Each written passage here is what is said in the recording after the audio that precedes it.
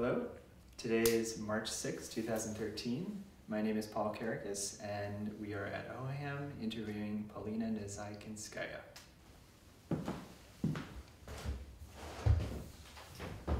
So, Polina, we met each other in 2009, right, at the Norfolk Chamber Music Festival. Yes. And I just remember you just immediately as being such a nice person, and your music is just so full of life and passion and emotionality.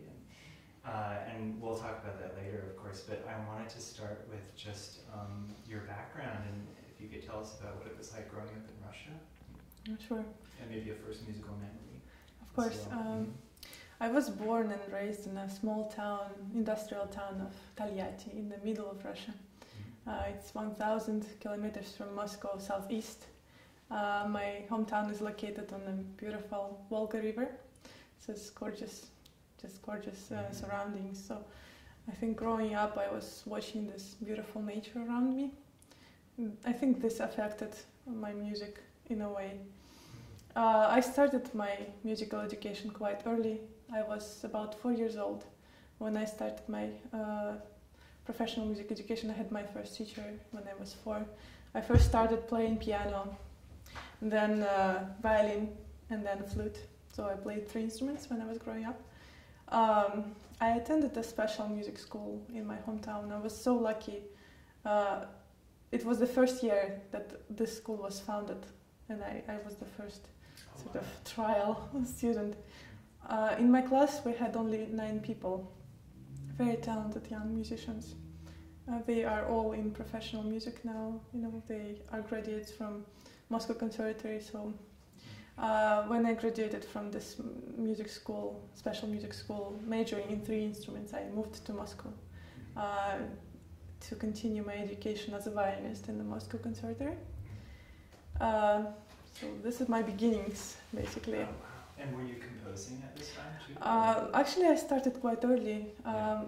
I was mostly improvising. I was not writing anything down, but I remember myself really improvising and reflecting on things. It was quite a difficult time in Russia. The Soviet Union just collapsed in 91, and I was born in 87. So I was about 4 years old when that happened. So I remember, you know, my family suddenly got very poor, you know, because the financial situation was so difficult. My mom, who was a professor at the university, she had to drop her position, and she founded her private firm, architecture firm. Oh. And she sort of started from scratch, you know. She was over 40 by the time. So she had to learn computers and stuff like that. So it was really, really difficult. And she has 3 kids, so I was the youngest. You can imagine the situation, right? And all of a sudden she has this gifted child, you know, she needs to provide instruments and everything. So I owe everything to my mom, of course. Oh, wow, that's amazing. Yeah. Is there anyone else in your family that is musical? Yeah, my grandfather was a professor at the Moscow Conservatory, a theory professor, and also a composer. So not my immediate mom or dad, but my grandfather was. Were you familiar with any of his music? Yes, mostly with his writings. You know, musicology and theory of music, form and analysis of form. Very serious scholar. He was very famous in Russia. Oh wow, that's incredible. So he taught at the Moscow Conservatory? Yes, yes. And that's later where you were trained for conservatory and college. Yeah. Can you talk about your experiences there? Yeah, I actually went there as a violinist. That was a little different, you know, from... So I can talk about that, you know, I had wonderful teachers. You know, as a violinist, you not only are required to play in a chamber group or solo or in the orchestra, but also you're required to play piano. It's mandatory for everyone. So I played piano during those years also. I had wonderful teachers, you know, my violin teacher was great, but the most important thing happened to me in Moscow, actually. I met my first composition teacher. Oh, wow. His name is Konstantin Batashov. He's a student of Alfred Schnittke. Great teacher, you know, very difficult personality, very strict. For 4 years he never said a good word about my music, always was very strict. But, you know, I spent 4 years studying with him, and my lessons were about 6 hours every week. So 6 straight hours of analysis, mostly. So we were not looking at my music, mostly we were looking at great pieces by Beethoven or Bach. So it was mostly analysis, but through that he taught me how to compose and how to be strict to myself as a composer. Yeah, So that's an amazing foundation. Yeah, I remember too when we met in Norfolk that about you telling me about this very sort of, I don't want to say conservative, but strict sort of environment that it was. And, do you feel like that had an effect on the music you were writing at the time? I think it sort of formed my taste in a way. So I will dare to say that I cannot write very bad music. I will just never show this to anyone if I will know that it's bad. So I think that really formed my taste, musical taste. So yeah, but of course it had a downside a little bit because my professor really made it difficult for me to believe in myself as a composer. He was criticizing me so much about everything I was writing. So when I moved here, I was like this shy person, and Chris Stefanidis, it took him 3 years to really open me up, Oh, wow. But yeah. But I think I had a great balance between Konstantin Batashov and Chris Stefanidis, all these polarities. Yeah. Both great professors. Right, yeah. Completely different styles. Yes. So what actually led you to studying in America? It was actually just a big luck for me. I applied here not knowing anything about the Yale School of Music, basically. I just knew it was free, and I applied and I got in, just miraculously. I'm sorry. Yeah. Was this your first experience in America? Yes, Oh, wow. very first. I remember myself coming here with one suitcase and one violin and $600 in my pocket, and that was it. So it was very, very extreme actually at that time. I was 21. So, but yeah, I just moved. I just went for it. Oh, that's amazing. Yeah. Was the Yale School of Music something that you actually knew about, or was it just kind of like Yale as a university? I didn't know about it at all, but as I came here I started discovering what a great place it is, so I met incredible friends here and professors. So were there any of the faculty that you actually knew ahead of time that you wanted to No. study with? I just knew some music.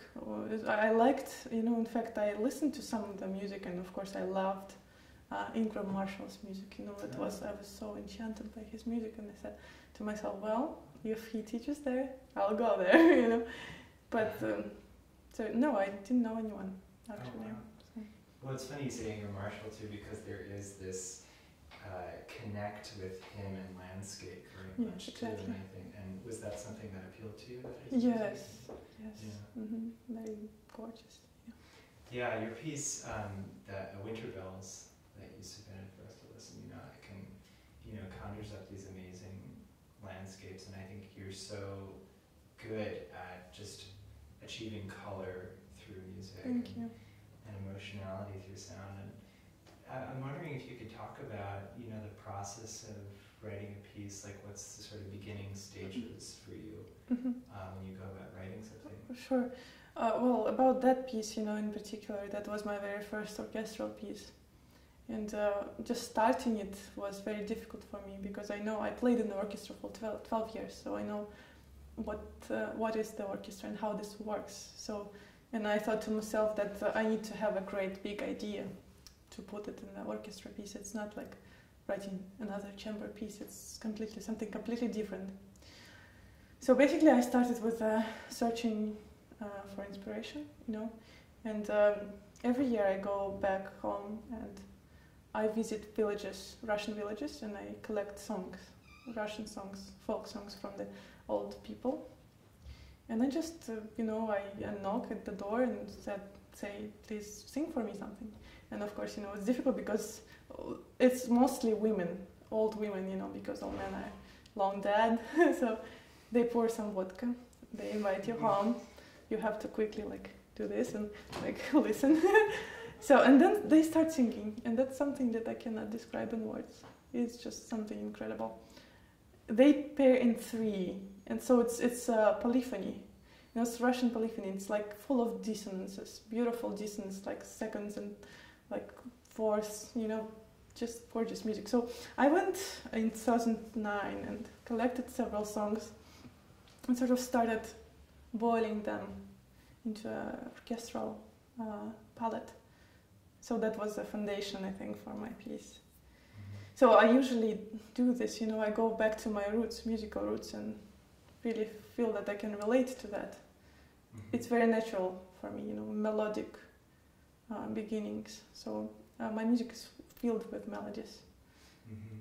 Yeah, that's so amazing, you know, because a lot of that music too, it needs to be listened to. It's not even able to be notated. That's true. It's so difficult to notate, actually, Paul. Yeah, it's like all these mixed meters. You know, there are no bar lines. It's just, you know, these long melodies with this strange polyphony inside. Do you ever find that you're writing things that are, you know, along those lines, and you feel like notationally there's things that you want to do but can't because they have the folk element to it? I think, this is the big problem that I have for now, and I want to really work on it. Because of my conservative education, you know, I tend to write things very squarely and evenly. And the folk music really has this unique element of running free over the bar line. There are no bar lines, in fact. And this is something that I want to incorporate in my music in the nearest future. I just don't know how to feel it naturally because of my, you know, classical training. Everything has to have a cadence. It was also really deeply put into my head, you know. It's not that I can get rid of very quickly. I need to really rethink a lot of things, you know, how I think musically. That's incredible. Yeah. So what's some of the music that you're inspired by? What composers do you really like? You know, about 4 years ago, I was introduced to a Polish composer, Jędryk Górecki. In fact, Sam Adams. Do you know Sam Adams? Oh, yeah. He told me, you should listen to Jędryk Górecki. You will like this music. And when I started listening to music, you know, it was my first year at Yale. I was so shocked, and I really fell in love right away with his music. And I think he was the biggest influence for me here in the States. And of course, you know, Shostakovich and Prokofiev and, you know, Russian school, Stravinsky. And even Rachmaninoff or Tchaikovsky, you know, going back. They all influenced me, of course. Yeah, that's good. I can totally see how Górecki could be someone close to you. Yeah, this new piece you'll find a lot of resemblance. Oh yeah, I can't wait to hear it. Tomorrow. Yeah. And also there was that composer, Shadrin. Right, that we played. Yeah. He's very good, you know, he's still a very modernistic composer, you know. That piece that we played was sort of a mimic of Albeniz. It was not his own style. His own style is actually very modernistic. Yeah. Is he still alive? He's alive, yes. Right? You know, he's a husband of Maya Plisetskaya. Do you know Maya Plisetskaya? She's a famous ballerina in Russia. Really? She's gorgeous, yeah. Oh, wow. So They're this powerful couple like Vishnevskaya and Rostropovich, and the other couple is Shadrin and this woman. So he must write a lot of dance music. Yeah. He wrote this, Shadrin wrote the Carmen suite. You know this piece? So basically he took all the themes from Carmen and arranged it for strings and percussion. And it's super, it is a super piece, great piece. That's amazing. Yeah, he composed it for his wife, Plisetskaya. She danced the solo Carmen part. Wow. It's very sort of popular piece, you know, many orchestras like to play it, perform it. So I was wondering if you could also talk about, you know, future sort of goals that you might have. Like if everything, you know, say if you were to get the MacArthur grant for $300,000, everything was going to go perfectly. You know, what's sort of a dream career for you? my dreams are sort of shifting because, my initial dream was to become a film composer.